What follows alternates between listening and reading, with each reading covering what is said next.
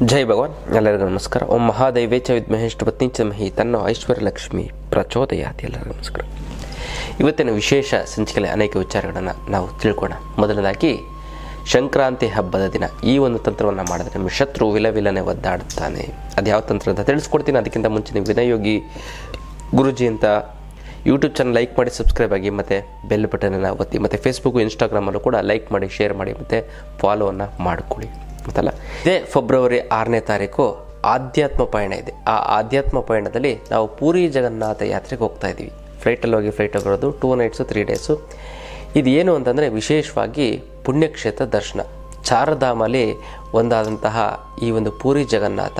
ಈ ಪೂರಿ ಜಗನ್ನಾಥದಲ್ಲಿ ಏನು ವಿಶೇಷ ಅಂತಂದರೆ ಎಲ್ಲರೂ ನಾವೇನೆಲ್ಲ ಮಾಡಿದ್ವಿ, ದೇವ್ರನ್ನ ನೋಡೋಕ್ಕೆ ನಾವು ಹೋಗ್ತೀವಿ. ಆದರೆ ಭಗವಂತ ನಮ್ಮನ್ನು ನೋಡೋದಕ್ಕೆ ಪೂರಿ ಜಗನ್ನಾಥಕ್ಕೆ ಕರೆಸ್ಕೊತಾನೆ. ಅದಕ್ಕೆ ಎಷ್ಟು ದೊಡ್ಡ ದೊಡ್ಡ ಕಣ್ಣುಗಳು, ಎಲ್ಲರನ್ನೂ ಕೂಡ ನೋಡ್ತಾನೆ. ಅದಕ್ಕೋಸ್ಕರ ಆ ಭಗವಂತ ನಿಮ್ಮನ್ನು ಕೂಡ ಕರೆಸ್ಕೊತಾ ಇದ್ದಾನೆ.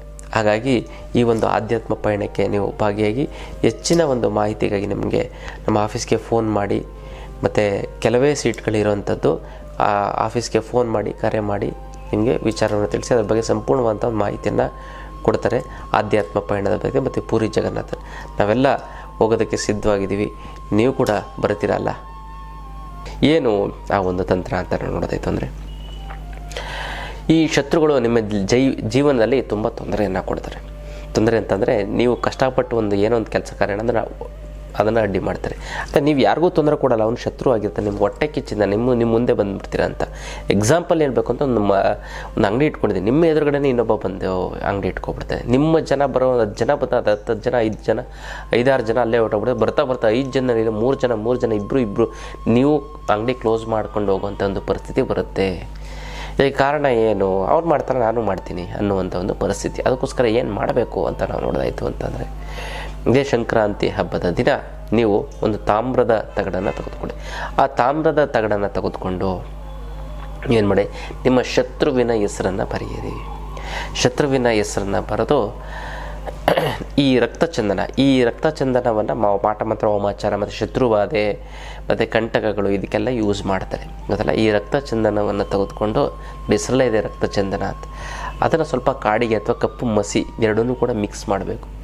ಮಿಕ್ಸ್ ಮಾಡಿ ಏನು ಮಾಡಬೇಕು ಅಂತಂದರೆ, ಅದನ್ನು ತಾಮ್ರದ ತಗಡಿಗೆ ಸ್ವಲ್ಪ ಒಂಚೂರು ಈ ಎಳ್ಳೆಣ್ಣೆನೇ ಆಗಬೇಕು. ಎಳ್ಳೆಣ್ಣೆನೇ ತೆಗೆದುಕೊಂಡು ಶನಿಕಾರಕತ್ವ, ಶತ್ರುವಿನ ಹೆಸರು ಮೇಲೆ ಬಸ್ ಬರೆದಿರ್ತಾರಲ್ಲ, ಆಮೇಲೆ ಪೆನ್ಸಿಲಲ್ಲೇ ಬರೆಯೋದು, ಪ್ರಿಂಟ್ ಆಗುತ್ತೆ ಸಾಕು.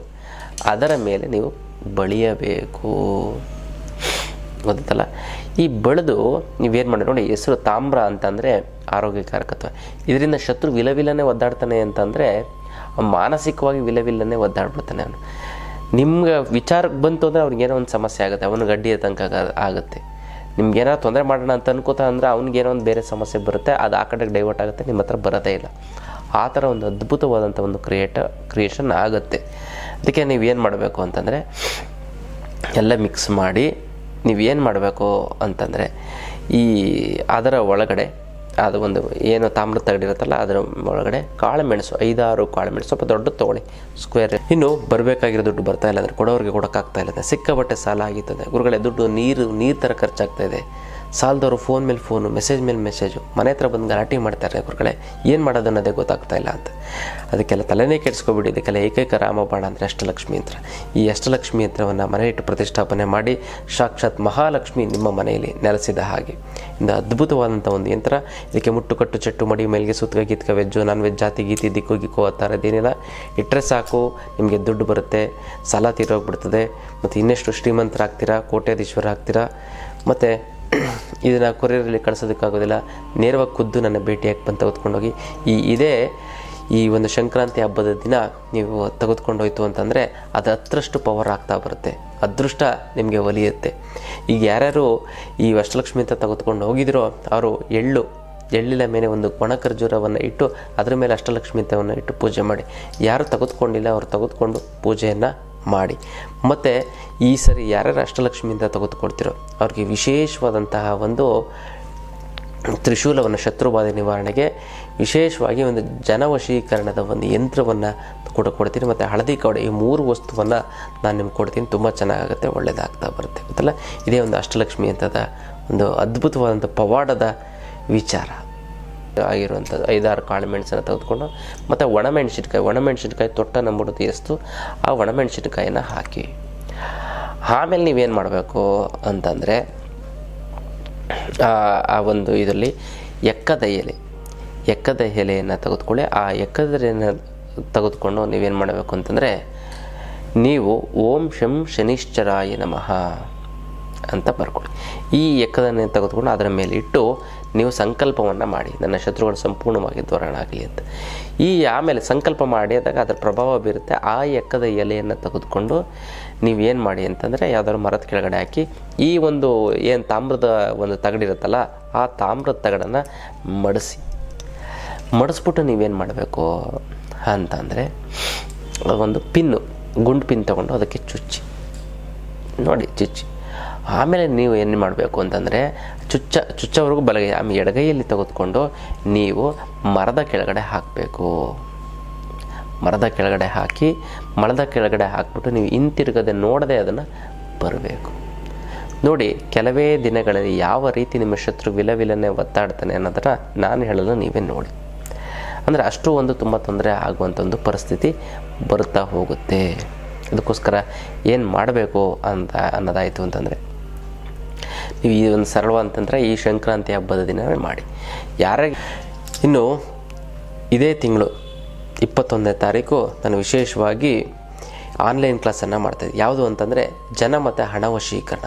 ಈ ಅದ್ಭುತವಾದಂಥ ಈ ಒಂದು ತಂತ್ರವನ್ನು ತಿಳ್ಕೊತಂದರೆ ನಾನು ಯೂಟ್ಯೂಬಲ್ಲೂ ಕೂಡ ಎಲ್ಲೂ ಹೇಳಿಲ್ಲ. ಈ ಒಂದು ಹಣ ವಶೀಕರಣ ಜನ ವಶೀಕರಣದ ವಿಚಾರವನ್ನು ತಿಳ್ಕೊತು ಅಂತಂದರೆ ಎಷ್ಟು ಬೇಕಾದ್ರೂ ದುಡ್ಡು ನೀವು ಹುಡ್ಕೊಂಡಾಗಲ್ಲ, ಅದೇ ನಿಮ್ಮನ್ನು ಹುಡ್ಕೊಂಡು ಬರುತ್ತೆ.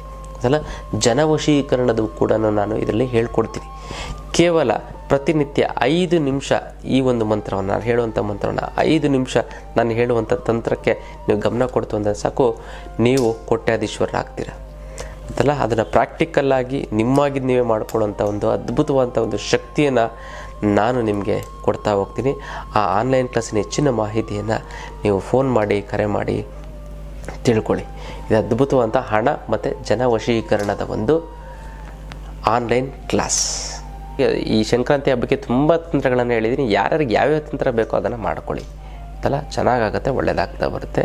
ಮತ್ತು ಈ ಯಾರಿಗೆ ಶತ್ರು ಬಾಧೆ ಜಾಸ್ತಿ ಇದೆಯೋ ಅವರು ನಿಮ್ಮ ಹೆಸರನ್ನ ಕಮೆಂಟ್ ಮಾಡಿ, ಅಮ್ಮ ಮಹಾಲಕ್ಷ್ಮಿ ನಿನ್ನ ಆಶೀರ್ವಾದ ಸದಾ ನನ್ನ ಮೇಲೆ ಇರೋದಕ್ಕೆ ನನಗೆ ಶತಕೋಟಿ ನಮಸ್ಕಾರ ಅಂತ ಕಮೆಂಟ್ ಮಾಡಿ ಕಳಿಸಿ. ನಾನು ಇಲ್ಲಿ ಸಂಕಲ್ಪವನ್ನು ಮಾಡ್ತೀನಿ, ನೀವೊಂದು ತಂತ್ರವನ್ನು ಮಾಡಿ, ಒಂದಕ್ಕೊಂದು ಸೇರಿ ತುಂಬ ಚೆನ್ನಾಗುತ್ತೆ, ಒಳ್ಳೆಯದಾಗ್ತಾ ಬರುತ್ತೆ. ಗೊತ್ತಲ್ಲ, ಇದು ವಿಶೇಷವಾದಂಥ ಒಂದು ಸಂಕ್ರಾಂತಿ ಹಬ್ಬದ ತಂತ್ರದ ವಿಚಾರ. ಇನ್ನಷ್ಟು ವಿಚಾರಗಳನ್ನು ತಿಳ್ಕೊಳ್ಳೋಣ ಮುಂದಿನ ಸಂಚಿಕೆಯಲ್ಲಿ. ಅಲ್ಲಿವರೆಗೂ